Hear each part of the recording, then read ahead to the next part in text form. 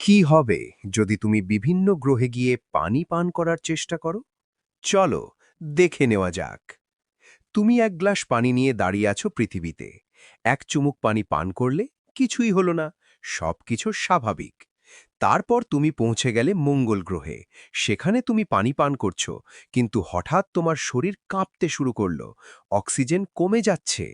এবার বুধ গ্রহে পানি মুখে দেওয়ার আগেই সেটা ফুটতে শুরু করলো, তোমার ঠোঁট প্রায় পুড়ে যাচ্ছে।